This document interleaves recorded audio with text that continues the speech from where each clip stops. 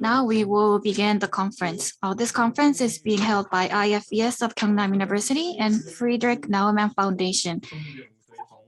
My name is Jong-un and I am the MC of today's conference. Like we mentioned earlier today, English and Korean are provided for the conference. So please choose the language of your preference on your Zoom screen. And now we would like to move on to the first session. Mr. Lee Kwan-se, the director of IFES, will give an opening speech. So good afternoon, ladies and gentlemen. I am Lee Kwan-se, the director of IFES. Together with the Friedrich Naumann Foundation for Freedom, we are hosting this international webinar titled North Korea's Past Decade Under Kim Jong-un's Role and What the Future Holds. And as you know very well, we have renowned experts from all areas, and we are going to have in-depth discussions and talk about not only changes in North Korea, but also about the changes in our region and also the issues between China and the US. Because there are a lot of changes taking place around us, and next year there will be even more changes taking place around the world. And so it's been 10 years since Kim Jong-un's regime took power. And so we're going to take stock of what they have done so far, look at what are the challenges that they face, and in what way and manner they are managing their regime and preparing for the future. So I hope that we will be able to have in-depth discussions on these issues, and different research organizations have made their own assessments about Kim Jong-un's regime for the past 10 years. And so through this webinar, we'll be able to share our findings. I think it's the first time we've put together such a venue. So experts have submitted great papers, and they have been providing us with a detailed material that you can all look at. So we're going to look at some of the key points of their paper. So we have 7 presenters, and there will be also 7 panel discussants who will discuss what is contained in these papers. So although we don't have a lot of time, we'll look at social, military aspects of North Korea, their relationship with other countries. So we'll be looking at various issues, and I hope that we'll have in-depth discussions and meaningful discussions on these various topics that touch on North Korea's Kim Jong-un's regime. And we are going to host another seminar with the Friedrich Naumann Foundation. And this is one of those seminars, and we will be talking about North Korea's past decade under Kim Jong-un's rule. So I look forward to your active participation and interest. And I know that there were 500 applications received for this webinar, so you can see that a lot of people are interested in this topic. So although we don't have a very long conference, I hope that we'll be able to make most use of our time today. Next, we will have Mr. Christian Taaks from the Friedrich Naumann Foundation Korea office for welcoming remarks. Well, thank you very much. 안녕하십니까? Dear Professor Lee Kwan-se, Director of the Institute for Far Eastern Studies, thank you very much for this friendly introduction. Distinguished participants, ladies and gentlemen. Let me welcome all of you on behalf of the Friedrich Naumann Foundation for Freedom to this conference we are hosting together with the Institute for Far Eastern Studies, the IFES. My special thanks go to the IFES and its director, Yi, for organizing today's event with us. Our 2 institutions have been closely cooperating since 2008. For those who are not familiar, allow me to give some brief remarks on what our institution, the Friedrich Naumann Foundation for Freedom, stands for. We are an independent German non-profit organization which was established in 1958. Our philosophy is to promote liberal ideas which comprise individual freedom and responsibility, market economy, the rule of law, and human rights. Today, more than 60 years after we were founded, we have projects in about 70 countries worldwide. The foundation opened its office here in Seoul in 1987. Capitalizing on our own experience with the German unification in 1989, we tried to promote dialogue and cooperation between South and North Korea. For more than 15 years, Naumann Foundation has fostered knowledge exchange and engagement with North Korea. We have been providing both theoretical and practical trainings for experts from different fields on-site in Pyongyang since 2003. Our programs focus on water resource management and sustainable development in the North and include study tours to Germany for North Koreans. Most recently, we were able to hold online seminars on water issues with our partners in DPRK, substituting our workshops in Pyongyang we usually hold in non-corona times. Our long experience with North Korea, we have seen many ups and downs. After saber rattling in the years prior, 2018 brought an unprecedented diplomatic effort. Unfortunately, since then, we witnessed the breakdown of relations after the failure of the Hanoi summit, and now Corona is making any form of cooperation extremely difficult. The division in the Korean Peninsula has been ongoing for over 70 years, and no easy solution exists. The route ahead will not be easy. All of us know that very well. Nevertheless, for us, there is no alternative to dialogue and engagement. It has been 10 years since the ascendance to power by Kim Jong-un, a good time to review and assess what the future might hold. Thus, it is of utmost importance to bring together scholars of different fields to share their insights and develop new ideas. How has Kim Jong-un reshaped North Korea? Where is the country heading to? What is the status of foreign relations and with South Korea? It is a great honor to gather such renowned experts here today to answer these and many more questions, to have intensive discussions and jointly develop a better understanding. I'm convinced that this conference will help us to shed some light in the current situation in the country and where the country is heading towards. Thank you very much for your attention. Thank you very much for being with us.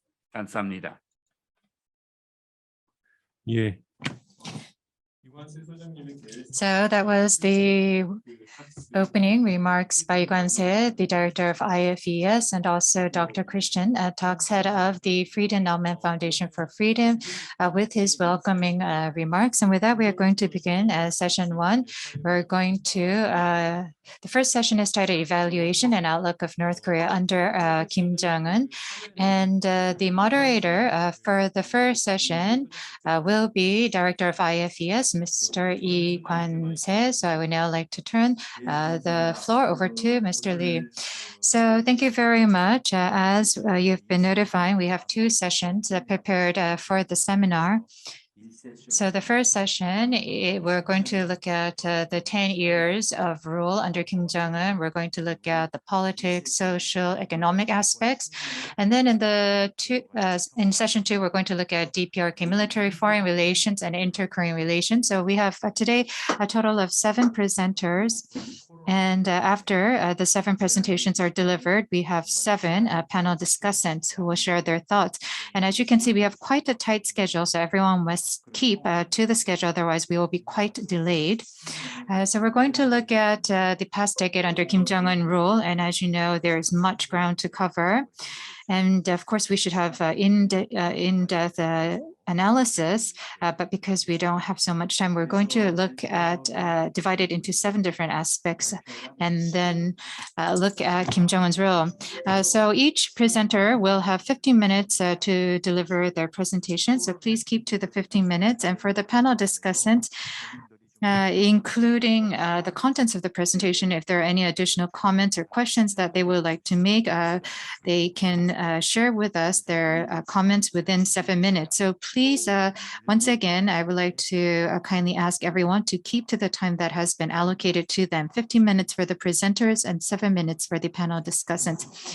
Then I think we'll be able to listen to everyone. So the first session is presentation is the change of the ideology and the grand strategy in the Kim Jong-un era. We're going to see how this ideology has changed from Kim Il-sung to Kim Jong-il to Kim Jong-un. And since Kim Jong-un took power for the past 10 years, there's been a lot of change. And at the 8th Party Congress earlier this year, they changed the rules of the party to fit the era of Kim Jong-un.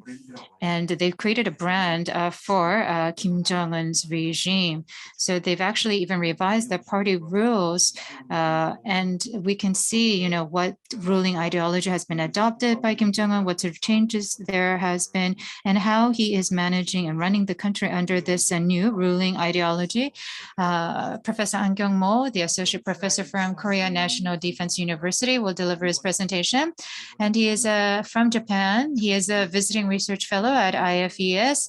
Mr. Hisashi Hirai will deliver his thoughts as a panel discussant.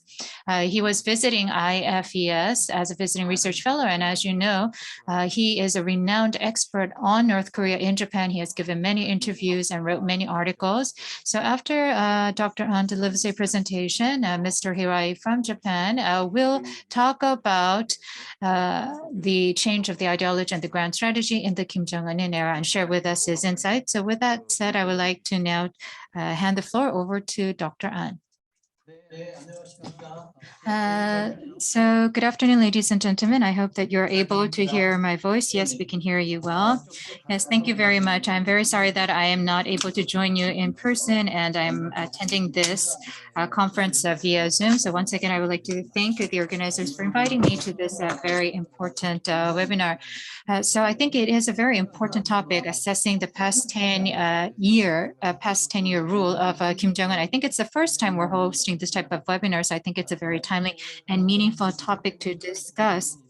And we're going to look at ideology in this first presentation, and very honored to deliver this first presentation covering the ideology of Kim Jong-un regime. And if we look at the 10 years of Kim Jong-un rule through this conference today, I think what we'll find is that the first question we have to ask ourselves is that during the past 10 years, has there been any changes, important changes in Kim Jong-un's rule? I think that there have been attempts to bring about changes in North Korea. And one of the important questions that we should ask ourselves is, as they try to shift directions and bring about change, we have to ask, is it going to be successful or is it going to fail? So we're going to assess the past 10 years, but at the same time, we're going to look at these two questions. I'm going to try to answer the first question and then try to attempt to answer the second question as briefly as I can in the given 15 minutes. So I will try to finish my presentation within 15 minutes, and I'm going to begin my presentation without further ado.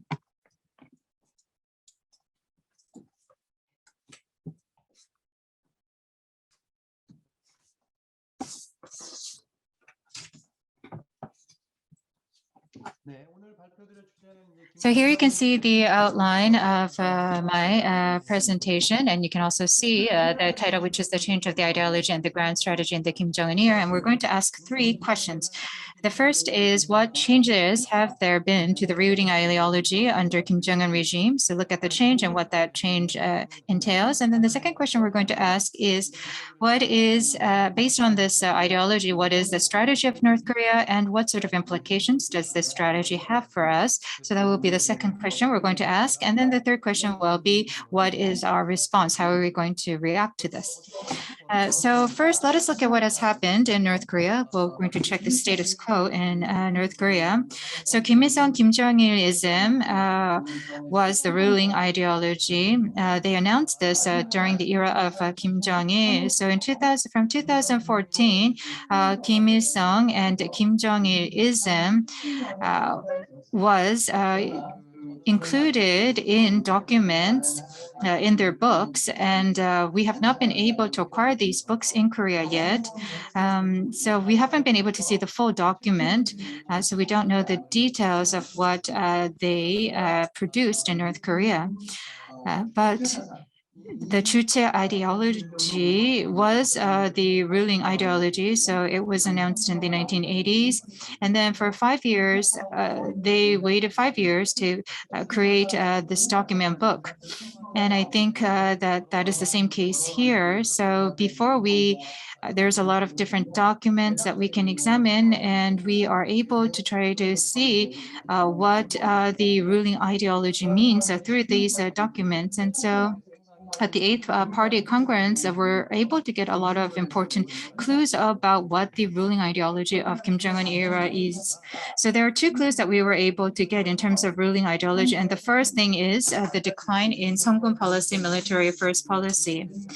So now in Kim Jong-un regime, they are emphasizing people first principle and state first principle. And what we found out was that there was no mention of the Songun policies.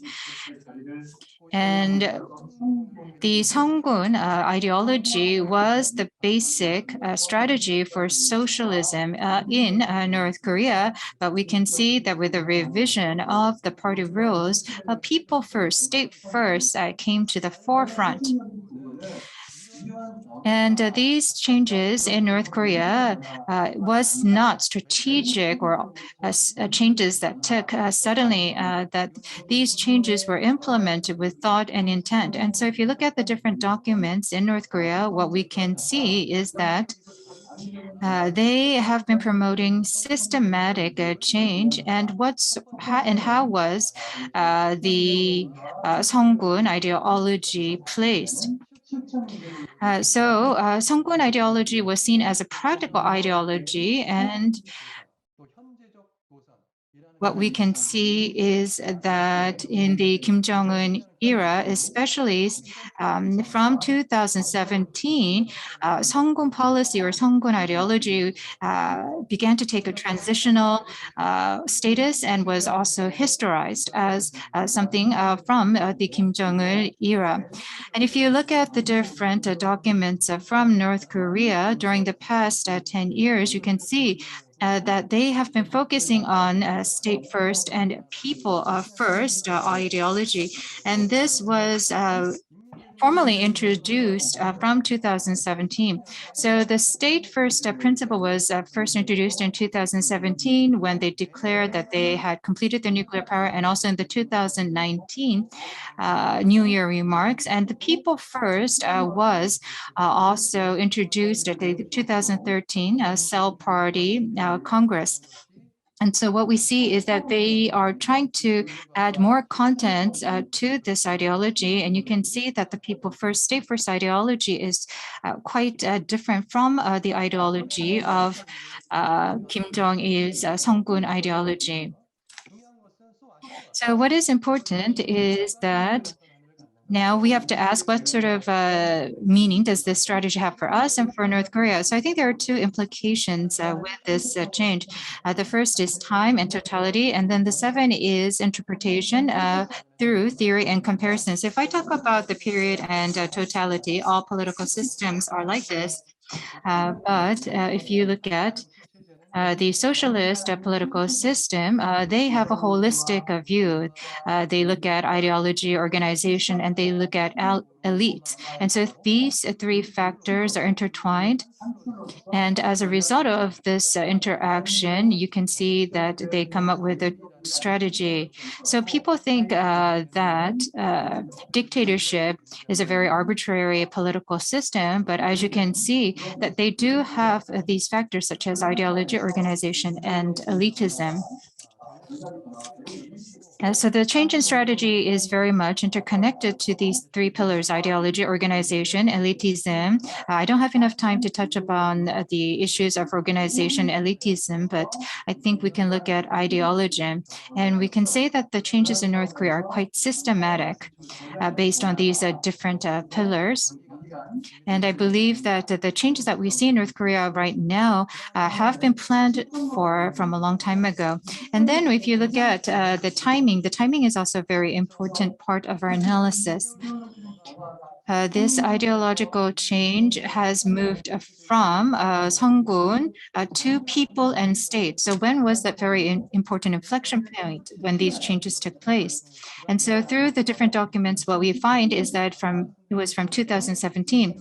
As I mentioned before, in 2017, we had the document about Kim Jong-il, Kim Il-sungism. And then from 2017, we see these changes taking place in North Korea. So why was 2017 important? As you all know, from 2018, there was unprecedented peace process that took place on the Korean Peninsula. But what is more important is that not only these changes in the diplomatic and foreign relations, but in 2018, April, they had the third Central Committee meeting that announced new strategies. And so if you look at the timing, you can see that the change in ideology is based on strategy. And then, of course, we have to look at the different theories and make comparisons. The changes that are taking place in North Korea and how do we interpret these changes, I think needs to be examined from the light of socialist countries. We see this type of common patterns take place in socialist countries. It is not a coincidence. For a socialist country, they have an innate characteristic nature. So the combat ethos from Leninism. And so combat ethos is the basis for socialist political systems. So as a revisionist power, they pursue revolution and security. And then this moves toward a status quo power that pursues development and welfare. And so when this change happens, what we find is that combat ethos is weakened. And at this point in time, we also see changes in ideology. So the words or the language of vanguardism and exclusion is in class is changed to words such as nation and people. And if you look at Hurtov, when he was trying to move away from Stalinism, he talked about he talked about how the country stood for the party and the state, and how people were at the center. And also, if you look at the reform that was brought on by Deng Xiaoping, he also emphasized that people and patriotism. And so you can see that there is a strategic change in North Korea. And this is not something exceptional. I think that what we can see is that what is happening in North Korea is a pattern that we find in socialist countries when they make changes in their combat ethos. And so from 2017, we see a lot of discourse focusing on people and state. And in 2018, North Korea makes a strategic decision. And that decision is not based on the external environments that surround them. It is more based on the strategic changes that they started to implement from 2017. And so as they make that analogy, they're trying to make a development from utopia. So I think that there are a lot of implications for us and positive implications, but do we just wait for North Korea to develop from utopia? And we also have to ask the question, will these changes be successful? Will they last? And so with regard to this, I think we have to look at the historical sort of trends or patterns in North Korea. And what is important is how Sungun came to emerge. And at the center is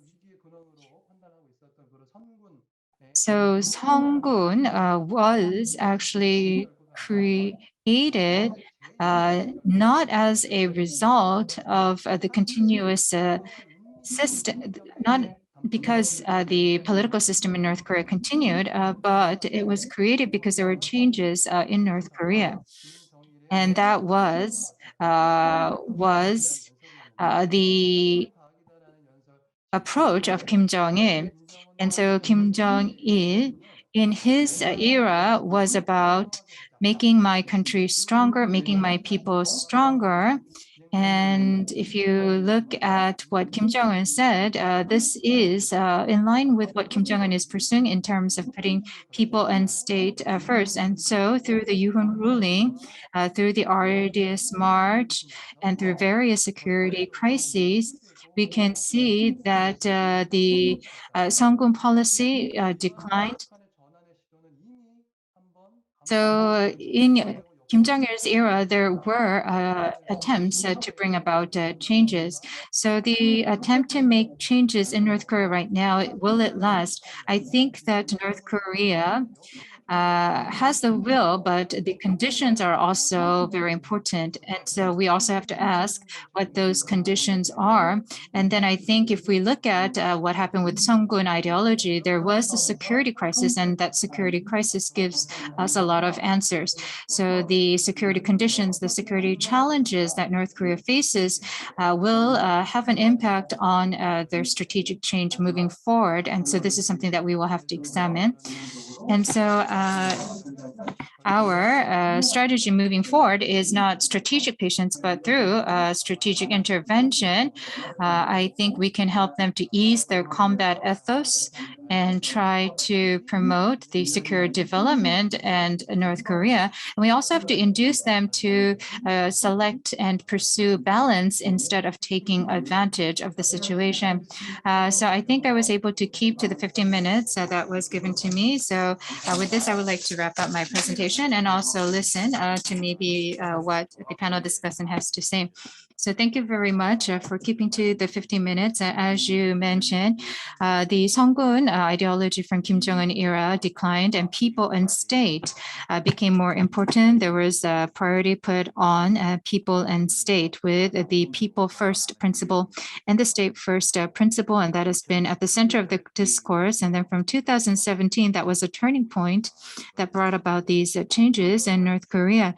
So depending on the conditions, this ruling ideology could change, but ruling ideology has a lot of impact in North Korea. So I think we have to try to find ways to help North Korea to feel that there are not so many threats or risks to the regime. And now from Japan, Mr. Hirai Hisashi will share with us his insight and also deliver comments and questions. You have 7 minutes, so thank you very much. So actually, thank you very much for the paper and presentation. I was able to learn a lot from the presentation. And as a panel discussant, I would like to ask 3 questions that highlight sort of my different approach to the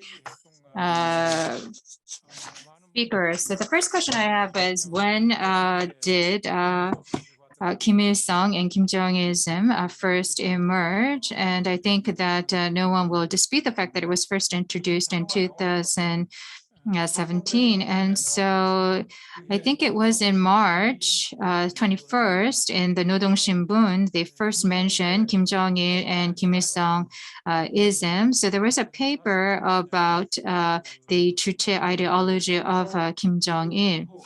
And at that time,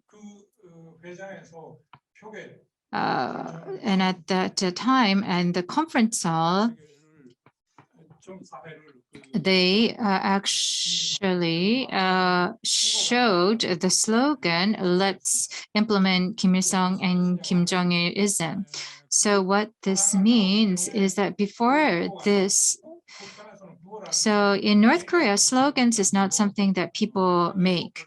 It is something that the party makes. And so in North Korea, when they talk about Kim Il-sung, Kim Jong-ilism, it was already introduced quite early on. And one thing that I learned from the presentation is that in June of 2012, Kim Jong-un visited the military base, and this was shown on TV. And in July 2011, Kim Jong-un inspected the military units, and interesting thing happened. And what happened was that there was a slogan that said, let's implement Kim Il-sung, Kim Jong-ilism on the wall. So even when Kim Jong-il was alive, the concept was already introduced within North Korea. So that is what I think. And Kim Jong-un, he himself, in April, in his discourse, said that these words were used a lot in North Korea, but we don't know exactly when they started using this word. I think in the era of Kim Jong-il, when they chose Kim Jong-un as a successor, they started making preparations and they used this word. So Kim Jong-il and Kim Il-sung-ism was revised to fit Kim Jong-un's regime. And then the second thing I would like to talk about is how do we approach the ideology of Songgun? And the presenter said that Songgun theory was downgraded as a practical ideology, and I do agree with that. But at the same time, Kim Il-sung, Kim Jong-ilism, or Kim Jong-il's patriotism, that is something that we have to think about, because I think Songgun politics or Songgun ideology is an ideology you use during emergency times. And so I think that maybe they might not have just done away with the Songgun ideology. Maybe that later, when there is an emergency situation, they might return to Songgun ideology.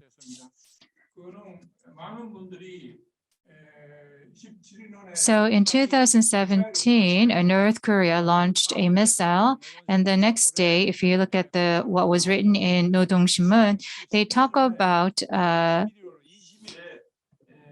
this Songgun politics, but before that, they talk about these terms.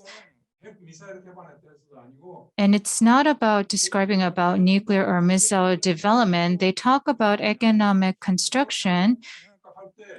So when we think about that, when these terms were first introduced, they were talking about building a powerful and strong country. So at first they focused on economic construction, but later on, the Nodong Shimun focused on the military aspect strength.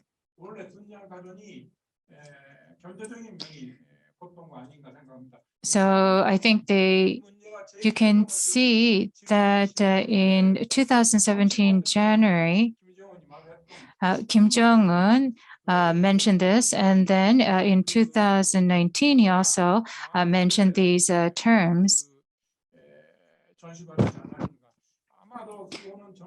So I think for Kim Jong-un's regime, they were trying to combine their ideology with the ideology of their father's era. And this, I think, also was related to how when they first began talks with the U.S. In 2017, in Minju-Joseon, we see the people first, state first principle being mentioned, but at the same time, Nodong Shimun did not mention this. So I think at this time in the region, they're focusing on economic construction. And what I would like to ask to the presenter is that when you talk about Korean people first or our people, our state first principle, how do we understand this? So I think they're not trying to deny the formal ideologies, but maybe they're just trying to introduce a new ideology. And for Kim Jong-un right now, people and state is very important. And I think that's also very important. If you look at a lot of the socialist slogans, we see that there's a lot of emphasis on state and people. So, and they also talk about all for one and one for all. So I think that these two look at economic construction, and also they look at putting the state and people first. But I think the concept of state and concept of people might actually contradict each other in the future. So that is one of the thoughts I have. And if you look at the North Korean media from May this year, they have begun calling Kim Jong-un as the great leader. The father, Kim Jong-il, did not describe himself as a great leader, but Kim Jong-un, he is still alive and he is in power, but he's describing himself as the great leader, but he's describing himself as the great leader of the people. So I think maybe that this might be a little bit different from just being a great leader. I think he is focusing on the people first principle.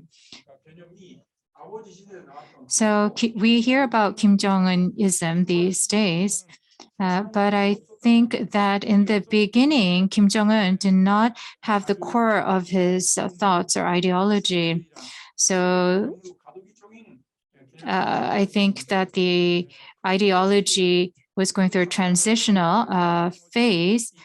And then from 2014, they were able to develop the core of their theology. So they were able to keep the essence of Kim Jong-il and Kim Il-sung-ism, which was focusing on the people. And then they started developing this as a proper ideology. So Kim Jong-un is focusing on the people first ideology.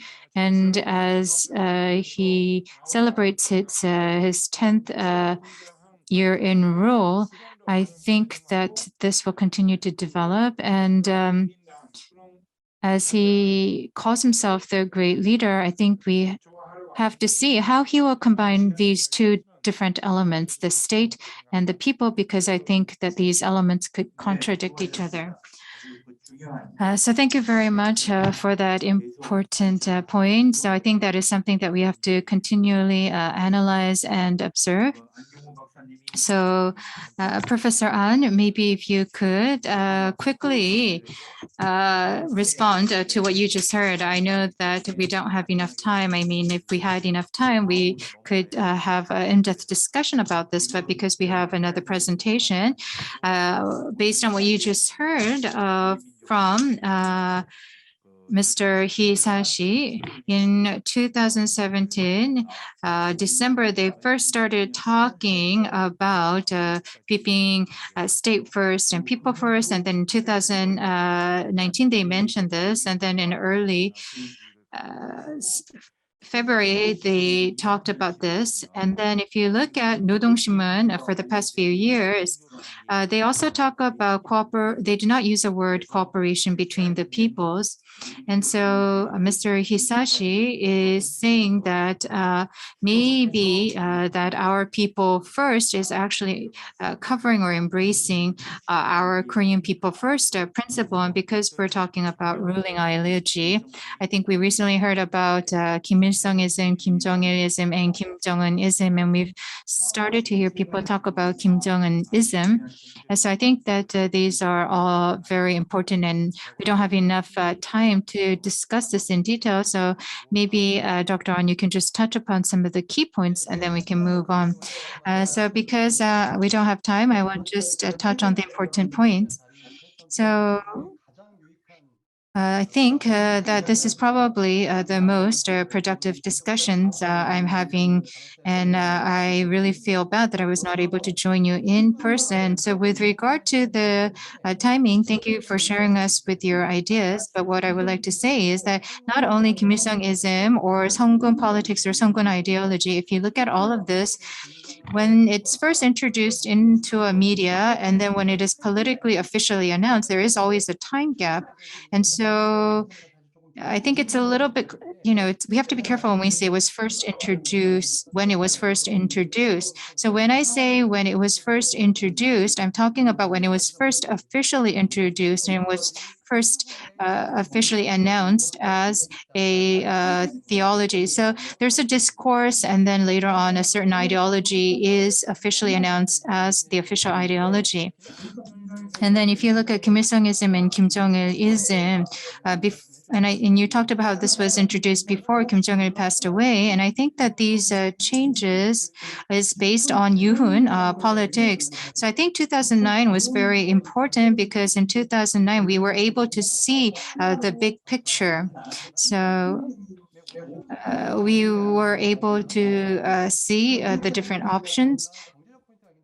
And I mentioned this as well, but I think, they started to put more emphasis on economic construction. So this does not, and focusing on economic construction did not contradict their ambitions to develop nuclear power.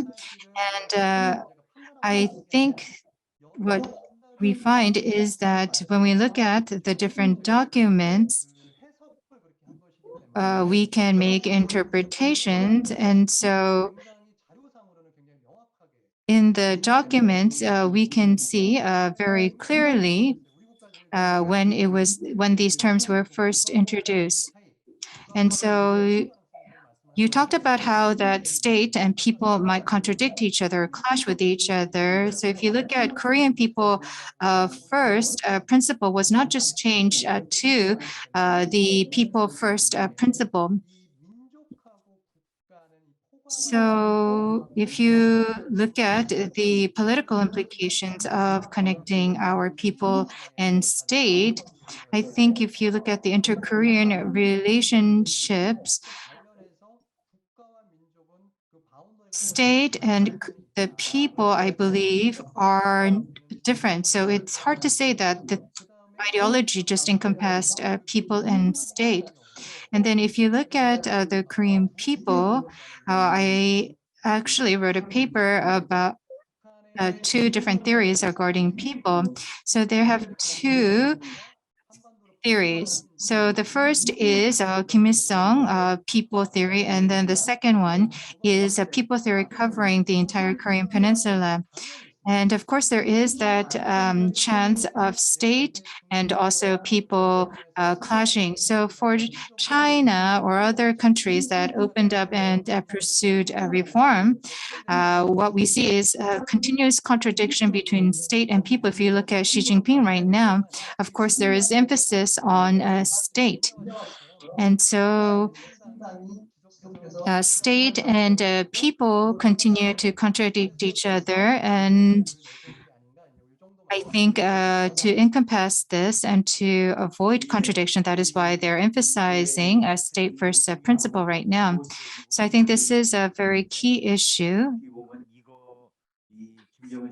So in the era of Kim Jong-un regime, I think if we were to discuss just the rooting ideology of Kim Jong-un regime, that we could have a very long discussion. I think we were able to just touch on the key points. And so because we don't have enough time, we're going to move on to the second presentation. The presentation will be made by Mr. Kim Il-ran, researcher at Dongguk University DMZ Peace Center. The discussant will be Mr. Eul-Chul, Kyungnam University professor at IFES. So for the next 15 minutes, the title of the presentation will be From Military First to People First, an evaluation and prospect of North Korea's normal state strategy. Good afternoon, everyone. My name is Kim Il-hwan, and I am from Dongguk University. Thank you for having me today. I'm going to keep time. So you are asking me to talk about 10 years in 15 minutes. That's not enough time. Well, that was a joke. So I don't have a lot of time, so let me just dive in.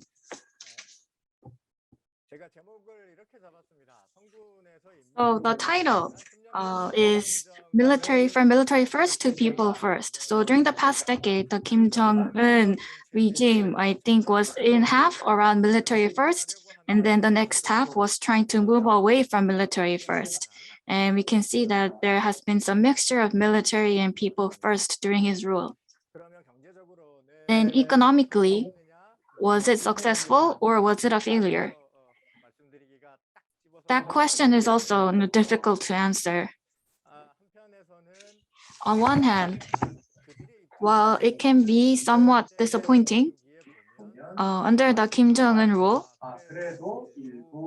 partially, there can be some partial success. And then on the other hand, despite all of that, if we look at the recent economic status, maybe they are facing another or new economic crisis. So my statement just now was very broad. So let me go into a little bit more detail. There has been some interesting events recently. If you look at the decade of Kim Jong-un's rule, it seems that they wanted to celebrate and they wanted to kind of congratulate themselves and boast their results. And if you look at some official media, if you look at how they are conveying this kind of positive news, there has been some mixture of messages that have been sent out. I'm not sure if you can see this on the screen.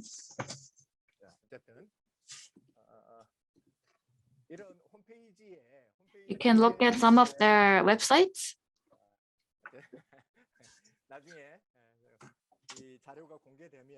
Yeah, so once this paper is made public, I think you can go in and look at these pictures. They first put in the word 10 years, and then they deleted the word 10 years on the same day. So it seems that they had a message that they wanted to send, but that message was not full enough, or there has been some order made by senior leadership to delete that 10 years. But what is clear is that there has been some confusion. So I believe that if you look at North Korean economy right now, you cannot really say, is it doing well or is it not doing well? And I think that similar kind of analysis of the economy is being made internally in North Korea as well. And since the emergence of Kim Jong-un, and as he rules the country, you have the organization, Joseon Labor Party, that is running the country. So what kind of plan do they have? What kind of roadmap do they have? And what did they try to achieve? Let's look at these themes. Since 10 years ago, Kim Jong-un embarked on the economic pilot projects. That's the 530 projects. And there has been some new policies that have been implemented since. And there has been some pilot projects. And then in 2014, the 530 program has been institutionalized. And then in 2016, they have the 5-year business economic development plans, which was announced at the Fifth Party Congress. And then in 2018, they have the strategic line of concentrating on economic development. And then 2021, they have the 5-year economic development plan at the 8th Party Congress. Coincidentally, every 2 years, they are having new strategies to achieve normal state of North Korea. And it is clear that they had a roadmap in place. Unfortunately, in 2018, a strategic economic building line.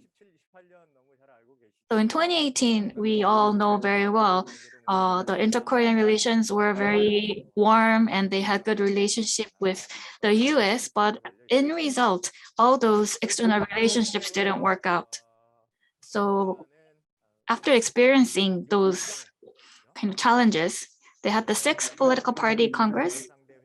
So before his rule in the Sixth Party Congress, they had the National Economic Development plan, and they had a kind of the top 10 economic targets that were set there, and they were trying to achieve that under Kim Jong-un's rule. And if Kim Jong-un successfully rebuilds the economy, we believe that this 10 economic targets term will be repeatedly seen. And so these kind of economic targets have been officialized, but we are not sure if they are still in progress at the moment. So that was the roadmap.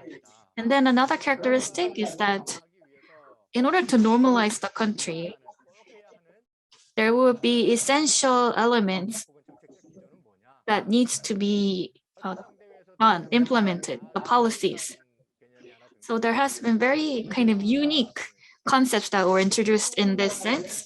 And the specialized units, unit specialization would be one of them. He said that this unit specialization is prohibiting normalization of the country, that this unit specialization is undermining and is becoming a hurdle for the normalization of the economy. Unit specialization is similar in concept with embezzlement. So with military first gone and people first coming in, the military first policy came in when there was a crisis, when there was struggle for survival. And if military first was a way to break through the crisis amongst hardship, when the economic system falls apart, the military organizations and special state agencies took charge to overcome the crisis. And that is, I think, the positive way to look at it. And then if we look at the Eighth Party Congress, the specialized agencies, the military ones and other state agencies that took charge were being criticized now for undermining the economic integrity of the country. And this kind of criticism for those agencies is continuing on for the past year. And we believe that this concept or this term will become very important issue down the road. At the Eighth Political Party Congress, when there was the economic report made, there was a case made on this. A party's finances improved, and we saw that the agencies and organizations operated by the party were showing significant improvement in their finances. And then if you look at some material that was released in 2016, nationwide, the coal production unit-wise was 7,000. But the amount that is managed by the Central Statistics Office was only around 1,100. So it's only around 50% of total production. So the 85% is what they call unit specialization.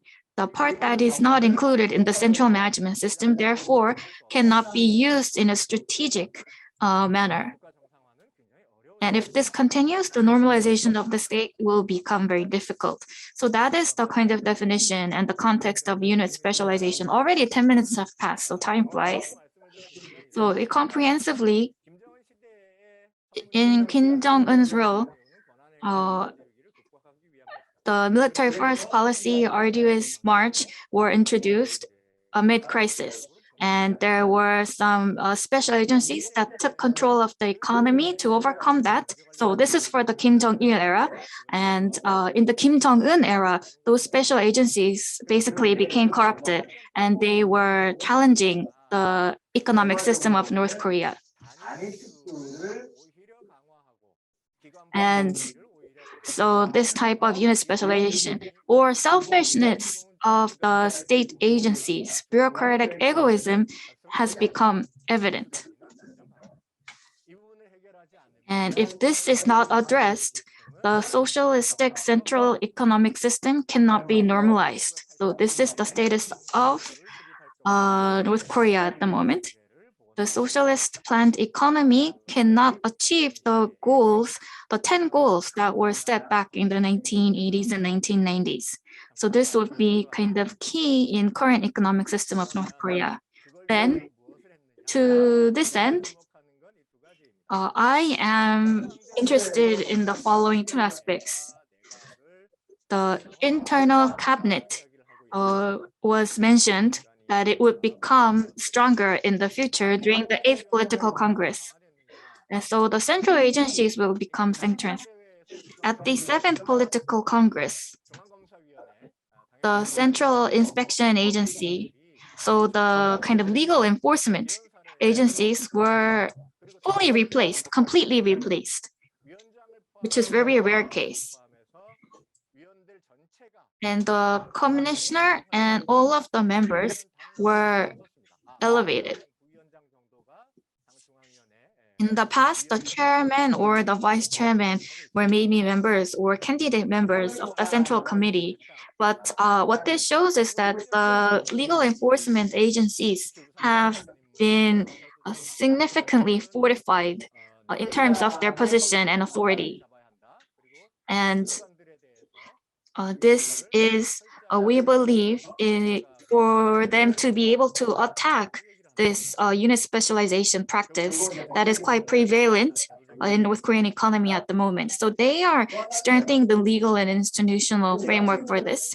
And then another aspect is enhancing the responsibility of the internal cabinet. The internal cabinet in Kim Jong-il era was as follows. The Park Bong-gyu, I think, was the most famous person, and he was candidate member of the Central Committee. He was not any senior or executive member of central committees. And when there were some inspections made, he would follow the supreme leaders to those inspection sites. But since 2013 onwards, the head of the internal cabinet were elevated in status to become key members of the central committee. And the leader of the internal cabinet would make independent visits to on-site inspections instead of merely following the supreme leader to those inspection sites. So it became a more proactive role rather than a subjective role. And the internal cabinet, 25 names were seen newly in the list of these senior leadership. Including all the candidate members, there are about 250. And out of those 250, there were around 25 people that were selected as members of the internal cabinet. So there's the minister, and then there's the vice minister. And all of them, most of them have been chosen to be members of the central committee. So this is in line with the normalization of the economy or the normalization of the socialist planned economy. So they are strengthening the legal and political system to ensure that the economy can be restored properly. And so I know I'm running out of time. I think there are some discussions about changing the national system. I took the liberty to name this as governance reform. So there is no vertical governance at the moment, and then there is cooperation between central and regional plan and market and so on, and this can be governed together. And so this can be the overall direction of governance reform. And I believe that this is the direction they have already took. And so I tried to make important points during the limited time. So military first was served its role of overcoming the crisis, and now it is time for the people first policy to make inroads. And the economy is being structurally changed at the moment.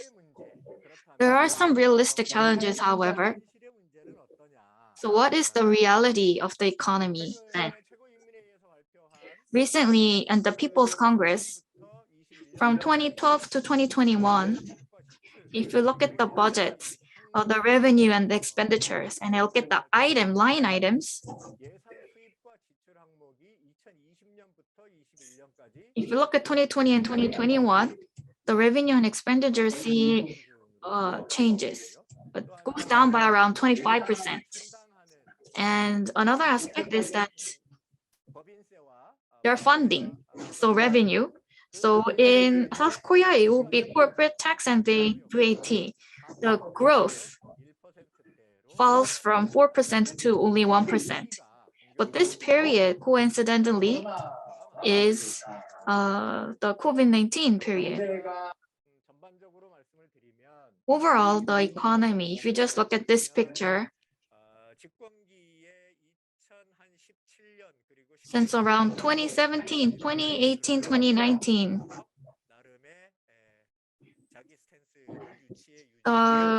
Kim Jong-un was maintaining his stance. And then from 2019, 2020, the real economy started to gradually deteriorate, started to shrink. So like you all know, this is based on my intuitive analysis. Nevertheless, was it entirely fruitless?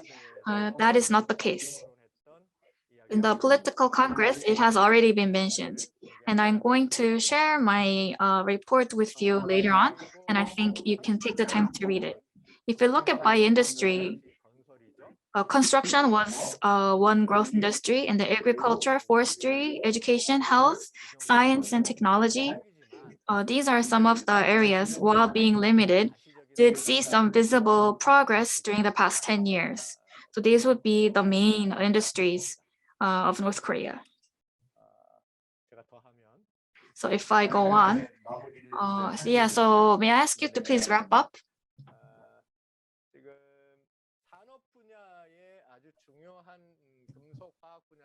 So the metal, chemistry, mechanics, power generation and supply are some industries that are experiencing challenges, especially with the trade being hardly hit with COVID-19. They are clearly seeing limitations in growth. But like I mentioned earlier, the other aspects, construction, agriculture, these type of sectors are slowly but are showing signs of growth. And in result,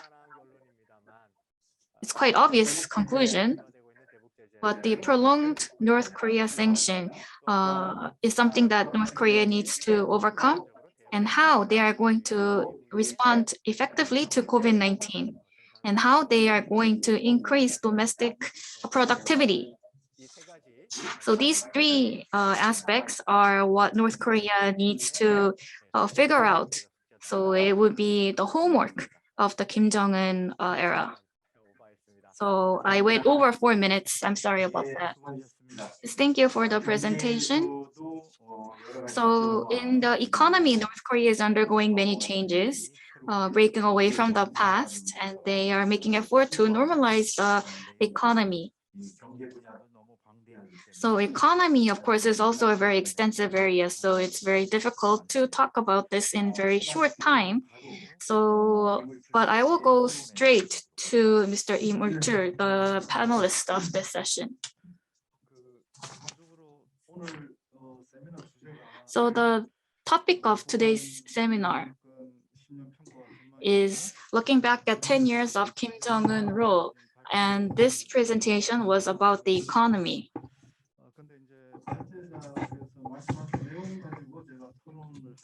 And if I'm going to make the debate today based on just what the presenter has mentioned, and that may limit the discussion. So let me kind of present my own interpretation of what the past decade was like first. So if we're going to assess 10 years, we need to see if there is a theme that cuts through the entire period. And we have to see whether that theme was consistent throughout the 10 years. And if it was consistent, was it able to generate results? And what were the limitations that the economy faced?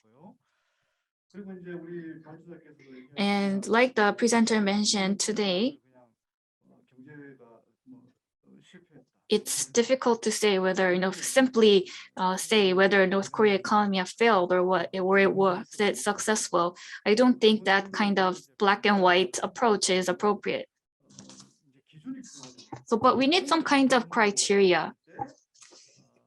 So what type of criteria would be appropriate to measure the success or the failure of the North Korean economy of the past 10 years? So I tried to came up with a couple of kind of criterias that we can use. So as we all know, North Korea does not release credible data, statistics, but they still have some indicators, the trade, inflation, national income, and such. So they have some statistics. Of course, those statistics are generated by Bank of Korea in the South, but there are some ups and downs if you analyze the numbers. So while the market makes progress, economy is invigorated. And if the market is somewhat deteriorated, then the income falls back. There seems to be this kind of pattern. And currently, I think it's too early to make an assessment, but in 2013 and then up to 2016, I think we all commonly generally agreed that the market economy has made significant progress compared to his father's era. In that context, so today we also talked about the people a lot, but Kim Jong-un in 2012, in April, made his first verbal speech. And I believe that that was an extremely meaningful speech. He says that to prevent the people of North Korea from going hungry again, the firm determination of our party is to ensure abundance of the North Korean people. And I think this is setting a clear direction. So improving the quality of life of the people was seen to be his priority at the time. And I think this is evolves into the people's first policy later on. If you look at the major indicators, since there has been North Korean sanctions, there has been COVID-19 pandemic and natural disasters. So during past 3 years, so 2019, 20, and this year, there has been many natural disasters that occurred in North Korea. And North Korea has recognized that. And these factors would have hit the North Korean economy significantly. And this would have resulted in deteriorating the quality of life of the people of North Korea. And when we also talk about economic policy of North Korea, is it reasonable? Is it effective? Maybe not the short term, but will it be positive in the long term? We need to think about these aspects. So self-reliance was one theme of strengthening the foundation of self-reliance was key kind of message that was mentioned during the 7th and 8th political party Congress. And so foundation of socialist economy, self-reliance. is it really possible is something I think we think about. And if we think about the Eighth Party Congress again, they say that they will not be shaken by external impact, that they will build a strong economic foundation. So this external factor is about sanctions and COVID-19 and natural disasters. So they want to create an economic foundation that will not be shaken by these factors. And then there was COVID pandemic, they closed down borders. And from my view, I think we need to find the meaning of recycling resources. So North Korea is trying to promote the manufacturing sector, but they do not have the resources to do so, not even the raw materials. But they're trying to recycle what they have internally because they are not able to procure them at the moment. But I believe that this recycling is contributing to the economic development of North Korea. Recycling requires kind of science and technology. It needs physical and chemical reactions to recycle waste. So materials, raw materials, fuel, they can all be used for new types of resources. So I think this recycling process deserves attention. And then the next one is moving away from reliance on the US dollars. North Korea is currently heavily reliant on US dollars. The value of North Korean money is dropping, and US dollar is dominating the North Korean markets. But later on in Kim Jong-un's rule, they are making various attempts to move away from US dollars. And currently, the North Korean is around 8,000, 5,000 won per dollar. The value of North Korean money is being intentionally managed by North Korean government. And this is one aspect of stronger self-reliance. So it can hit short term, the life of the North Korean people, but I think it can also contribute mid long term on strengthening the foundation of self-reliance. So my conclusion is that I don't have a lot of time right now, and I think we also need to manage the time overall. So I'll try to make my conclusion brief. The current situation, the effect of the sanctions. So because of the pandemic, North Korea is kind of imposing self-sanctions. So the global community has been trying to sanction North Korea, but actually North Korea has been imposing self-sanctions. So we need to really think about the effect of sanctions at this time. And then in the past, in this type of situation, when the trade between North Korea and China was stopped, the consensus was that North Korea will break down in 1 year. But did that happen? No, not at all. The conclusion is that some people say that North Korea is currently facing an economic crisis, but the concept of economic crisis should refer to a situation where the existing economic system does not work. But the economic crisis is not occurring yet. Some people say that the regime can be threatened, but I don't believe so. In the short term, the North Korea is facing many challenges, but if you look at what they are having as an objective, self-reliance, strengthening foundation, I think this overall direction should receive more attention. If trade with China reopens, North Korea, I think, will pace themselves to strengthen the self-reliance. They cannot afford to be heavily reliant on China if they are going to strengthen the foundation of their self-reliance. So I think they will be careful on reopening trade with China. And even if they do so, they will be pacing it to their benefit. Thank you.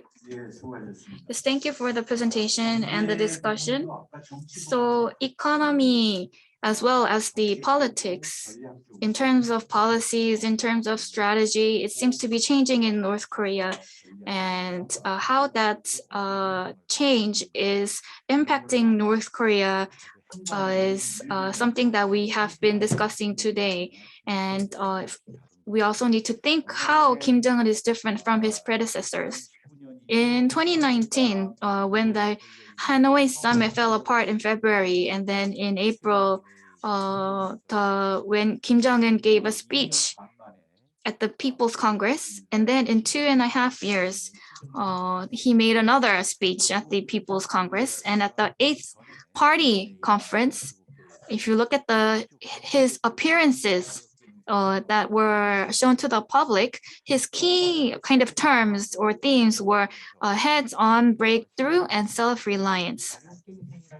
The self-reliance recently was not seen in recent speeches, however. And so that now, rather than just being self-reliant, there is even higher focus on independent, becoming entirely independent economically. And so these type of subtle changes in the messages that are sent by North Korea, I think, should be looked upon with more detail. So from the Kim Il-sung period, the emphasis was that they do not want to be heavily reliant on external factors, and strengthening the domestic economy was, even at that time, was very important. So reducing reliance on external community is kind of ironic, given that there is current COVID-19 and there is the natural disasters and all the sanctions. This would actually require North Korea to be more reliant on external environment. However, they are trying to find the breakthrough internally, domestically. And so this is actually giving a new opportunity for North Korea. Crisis is presenting North Korea with a new opportunity so that they can strengthen their foundation and core systems. So economy also needs to be linked with politics, the securities, the maintenance of the regime, and so on. So it needs to be looked upon from a comprehensive manner. And that would be a key characteristic of North Korea. Because we're running out of time, we're going to the next presenter. So the third presentation will look at the social and cultural aspects of North Korea. The title is An Assessment of North Korea's Strategy of Social Control, Stimulation of Desire versus Ideological and Cultural Censorship. The presentation will be delivered by Professor Chan Young-sun, and the discussant is Chung Youngchul. So my name is Chan Young-sun, and I would like to thank the organizers for inviting me to this very meaningful and significant seminar. So I think one of the things that we thought about as we assess the decade of Kim Jong-un's regime, as Dr. Lee mentioned, when we think about, we have to think about, what is the ruling ideology and what is their strategy.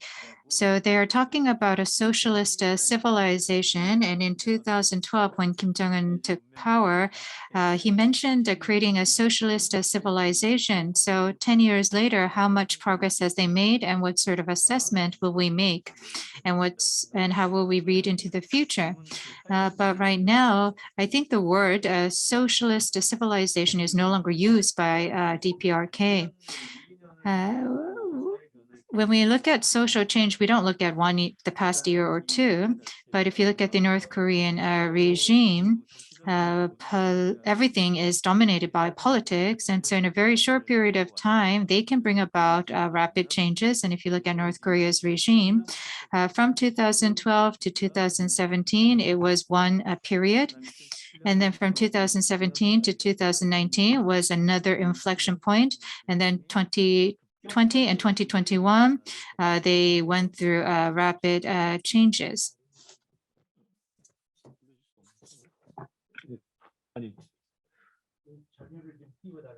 예, 네.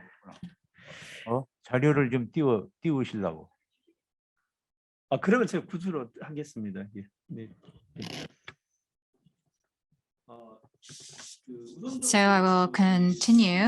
So the first thing that we can talk about or discuss We were talking about stimulation of desire, and that has to do with socialist civilization.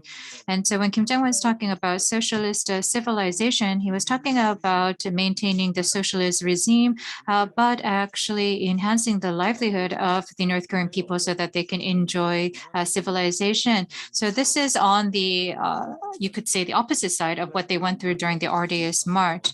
So it's about looking towards the future and creating a vision for the state. And the three keywords was innovation and change. So it was boldly moving away from the past and moving towards the future. So that was a message about the future. And then from 2017 to 2019, they tried to create a normalized state. So North Korea would join other countries as a proper state. And in 2019, we had the Hanoi summit, and the failure of Hanoi summit was actually a great shock to the North Korean people. You know, their great leader went to Hanoi and was not able to achieve his initial sort of objectives. And so so they focused on stabilizing the power of Kim Jong-un, and then afterwards they try to control some of the difficulties that they would face, and it translated into protecting a socialist. So the bold changes and also enjoying civil benefits of civilization was replaced by censorship, by protecting their socialist ideology. And so what happened was if you look at 2021, you can say that North Korea is facing a lot of difficulty. It's like the difficulties that they were experiencing in the past. And so it was not a year of looking forward to the future, but more of going back to the past. And so I think that what we see political changes taking place in North Korea, and so that had an impact on social and cultural changes as well. In 2021, we see three slogans being introduced: the people are God, single-hearted unity, and self-reliance. And these three keywords actually pertain to political and economic issues as well as overall social issues. So they are not looking at just society, but they're looking at the overall society in North Korea, which also covers politics as well. And they are also carrying out activities to do away with non-socialism and anti-socialist activities. So what they're saying is we need to fully eliminate non-socialist and anti-socialist phenomenon and carry out projects throughout the party to establish a socialist lifestyle. So all government, state agencies and party agencies and people need to take part in these activities. So in the 1950s and 60s, they actually sort of went back to the 1950s and 60s, and they started to recall the Chanlima era. And we talked about unit specialization and agency selfism, and they said that we cannot leave this alone. We must do away with it. And they started to talk about eliminating anti-socialist and non-socialist activities, and ordered that the party take the lead in solving all of these issues.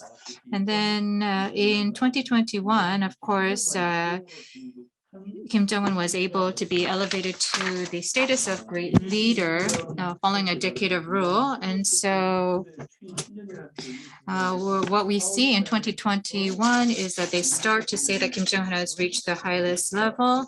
And in April, they decorate him as the greatest patriot and say that state first is a great leader first-ism. And so one of the things that they first emphasized among the different principles was the great leader first principles. And so 어떻게 보면 연속 어떻게 보면 앞서 이제 뭐 사회를 보셨던 우리 Dr. Lee also mentioned this, but they are trying to cover the different ideologies with the state first ideology. And then also, if you look at the 노동신문 of October 10th, what they are saying in this paper is that the people first principle is the banner under which we consolidate ourselves, and says that the achievement of the Joseon Workers' Party is invincible. And so Kim Jong-un is described as a great leader, and there are various projects carried out to establish the monolithic leadership system. And throughout society, they try to control society, and they try to control the ideologies that is used in society. There is censorship that is carried out. And so this is going back to the 60s and 70s, and they are trying to establish the Kim Jong-un style of a monolithic leadership system. And they try to create a society where people are upholding the great leader and carry out various ideological educations to that end. And right now, the party is actually taking hold, is actually dominating and ruling the propaganda and instigation projects. And so the movie that was introduced in 2016 was the latest movie, and since then we don't see a lot of movies. So the arts and actually performance sector played a key role in propaganda and instigation, but right now we don't see a lot of that happening. So if you see the factories, the businesses, they are carrying out propaganda and instigation activities, and it seems that the artists and performers have been sort of excluded from the propaganda instigation activities. And education, economic education and ideological educations are very important. And people first principle has been introduced to North Korea, and this has been elevated to the level of Juche ideology. And on October 10th, celebrating the finding of the Workers' Party, they looked at they promoted people first principle as the Juche ideology of Kim Jong-un regime. And in line with that, the party organization became responsible for propaganda and instigation. And then they have the 5 major ideological education. It's about patriotism, it's about moral education, being loyal to the state. So there's different 5 major ideological educations that are taking place. And there's censorship carrying around the different ideologies. And this is in order to bring about discipline to society. So right now, what the North Korean society needs is to uphold Kim Jong-un as the great leader. And so in 2022 and 23, what we will see is that they will more strongly try to control the minds and thoughts of people and try to implement ideology education. And in 2021, in October 10th, in Kim Jong-un's speech, we can see that there is will to do this. So for the next 3 years, they will continue to emphasize these education projects to teach people about the ideologies of North Korea. And they are also going to emphasize coalition with other socialist countries. If you look at 노동신문, 2 or 3 years ago, we were not able to see, congratulatory messages or news about other socialist countries. But now they are trying to show Kim Jong-un as the great supreme leader and try to show his connection with other leaders of socialist states. So in North Korea, in terms of society and culture, culture will be responsible for actually spreading ideological thoughts. With this, I would like to conclude my presentation. 정확하게 Thank you for accurately keeping the time. So now I would like to hand the microphone to Professor Youngchul for the discussion. Thank you for the kind introduction. I am Youngchul, and I would like to thank everyone for having me today on this special meaningful event. Professor Chan talked about the social cultural aspects during the past decade of North Korea.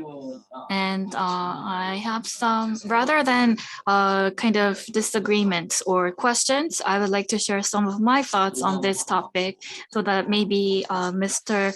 Chan's views can be supplemented. So overall, the presenter mentioned that I think the key message was that stronger control. I think that is key theme. And then also making of Kim Jong-un into great leader. And this January, there was the 8th Political Party Congress. And I think the event is very meaningful for us. And we need to look at it into more detail. It has the 5-year economic development plan. But I think it's not just about the failure to achieve the 10 targets. I think the emphasis is they're trying to find out why.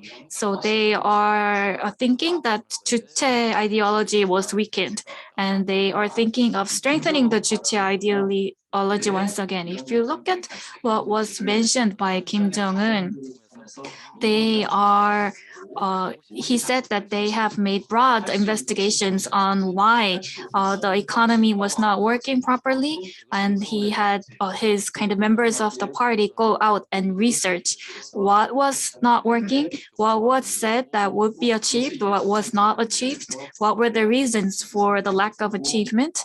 And I think this kind of broad research would serve as basis for the policies that will come forward. One of the kind of key criticism by Kim Jong-un, and this is currently being mentioned by North Korean media, is the state agency selfishness, bureaucracy, unit specialization, and such. And on one side, during the 8th Party Congress, the kind of there were new agencies that were established in relation to managing the ethical aspects, the moral aspects, and also the legal aspects. And there has been some auditing agencies as well, so that through these agencies, the ideology can be controlled more strongly in the future. And another key aspect is that by the ideology education, they are not only trying to kind of control the people, they are trying to create people who will kind of innovate the ideology going forward so that the members of the party can kind of innovate themselves to propel the economy and society forward. So it's not about control. It's more about stronger 주체 ideology and 주체 capacity. They are trying to strengthen the internal capabilities of the society. And they believe that this kind of internal strengthening would help them propel economy and society forward. So the focus is not so much on control, it's about capacity building. And then second, the Kim Jong-un ideology, people first policy, and it is being elevated to the same level as the Juche ideology. And I think we can think of it overall as such. But if you look at the media, the highest, the best performance of Kim Jong-un is that he opened our state best era, and that our state's first era has been opened, and he was able to present to the people a new political ideology, which is the people's first ideology. And so this is being mentioned and celebrated as Kim Jong-un's greatest achievement. So with the new era, the society needs a new leader and a new ideology. And this kind of, I think, argument was made. And already Kim Jong-un is being called as great leader since May this year. It has been more prominent more in recent months. And so it seems that currently Kim Jong-un is being made as a great leader. So before Kim Jong-un, it was Kim Il-sung-ism and Kim Jong-il-ism. And now it is time for Kim Jong-un-ism. And so there is kind of ideology being rooted in North Korea at the moment. The title great leader, I think, is something that deserves some thought as well. So from Kim Jong-il was never called great leader during his lifetime, but that is not the point. According to the great leader theory of North Korea, all of the three Kims are great leaders. And if there is something happens to the current leader, the next leader will become great leader. So the theoretical meaning of great leader is important. At the same time, the great leader is being used to call Kim Jong-un in a more kind of a venerable way. So it's kind of a way to show more respect by the people to Kim Jong-un when they call him Kim Jong-un. And in the past, it was called general. And theoretically, Kim Jong-un has already been the great leader, but he has not been called so. But now they are going to call Kim Jong-un great leader or the general of the national army. And sometimes he's been called chairman as well. And so this title of great leader has kind of dual kind of meaning. So I think it is worth to monitor how the title of Kim Jong-un changes in the future. And then third is regarding the culture and literature of North Korea. And this was also mentioned by the presenter today. In the 8th Political Congress, this field was criticized heavily and that a full-fledged reform is required. But if you look at the Morambong Choir, and other than the few kind of well-known cases in terms of films or other types of kind of pieces, there hasn't been any kind of significant pieces made. So there hasn't been any kind of great film or great kind of entertainment pieces made by North Korea in recent years. The last one, I think, would have been in 2016. But if you look at the new videos that are coming out of North Korea, it seems that there are new attempts being made. There are new techniques that are being applied. And if you look at the performance, it's not just about showing the videos. I think the entertainment aspect, the show aspect is being strengthened. And the characteristics or the abilities of the individual singer is being emphasized. And so these are some changing trends in this area in North Korea. So the fruit of internal reform is yet very visible, but there has been kind of consistent kind of efforts within the art industry to cultivate new reform. It seems that the North Korean movie sector is going through heavy recession, but there is also another factor to consider. The film production environment in North Korea has changed. The TV penetration rate has increased significantly, mobile penetration as well. So in this type of environment, they cannot just focus on the traditional function of film, which can be also one very important channel of propaganda. But given the new channels of distributing film, the kind of change in the film industry overall in North Korea, I think will be something that we can expect. So rather than creating large pieces of film, they will try to come up with content that are more befitting for the current media environment. So they're going through a recession, but at the same time, they're also undergoing some many structural changes. So they are trying to kind of explore new ways of innovation going forward. Lastly, like the presenter mentioned, they are trying to strengthen the solidarity among socialist countries. So if you look at the diplomacy of North Korea, I think diplomacy is topic of next session, but their first priority of their diplomacy is to the socialist countries. But today, there are very few socialist countries in the world. Other than China, there isn't really an alternative socialist partner for North Korea. So in that respect, rather than solidarity of socialist countries, I think it would be better to term it as anti-imperialism solidarity.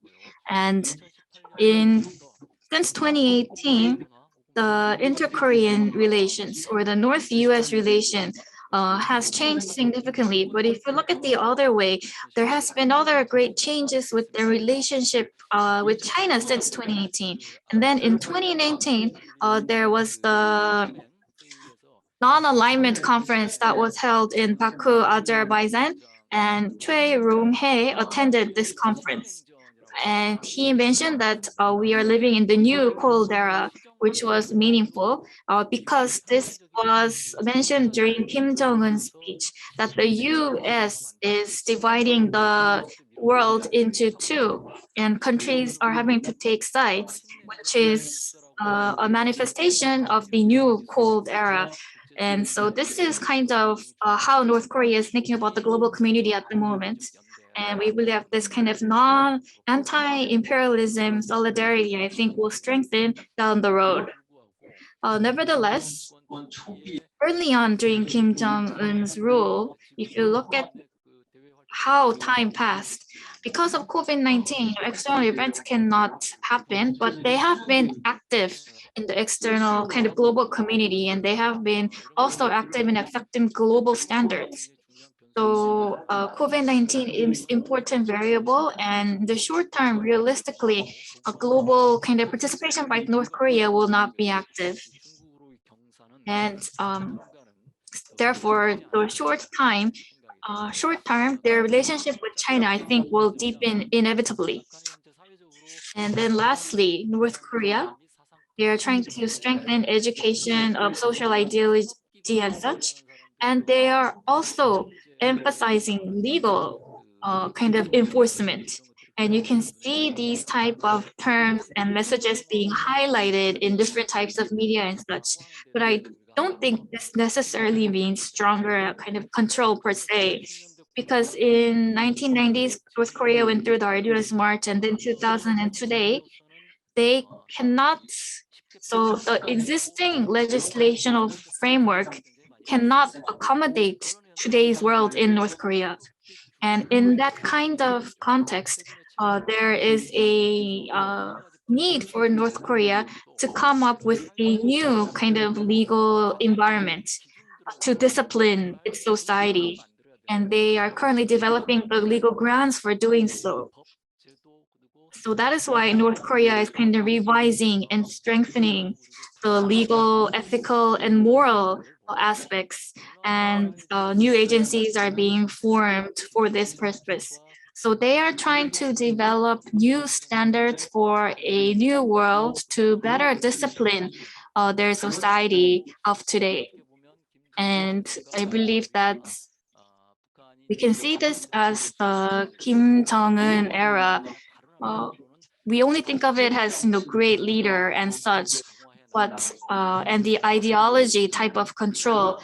But I think Kim Jong-un is also looking into kind of create a stronger legal arm so that that can also help better discipline the society. So thank you. Thank you for the discussion.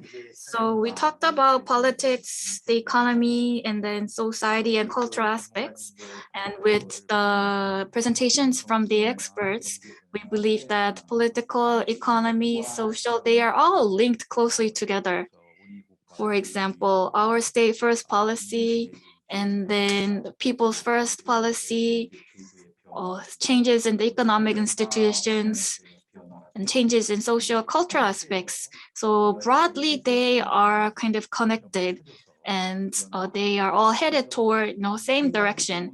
So if you just look at these three areas, you can see that you can get a clearer vision of what internally North Korea looks like, and on what direction they are heading towards can be kind of concluded from these type of discussions. So in the second session, we'll look at the external factors, military, relationship with China, US, and also inter-Korean relations, and how North Korea is changing in this area.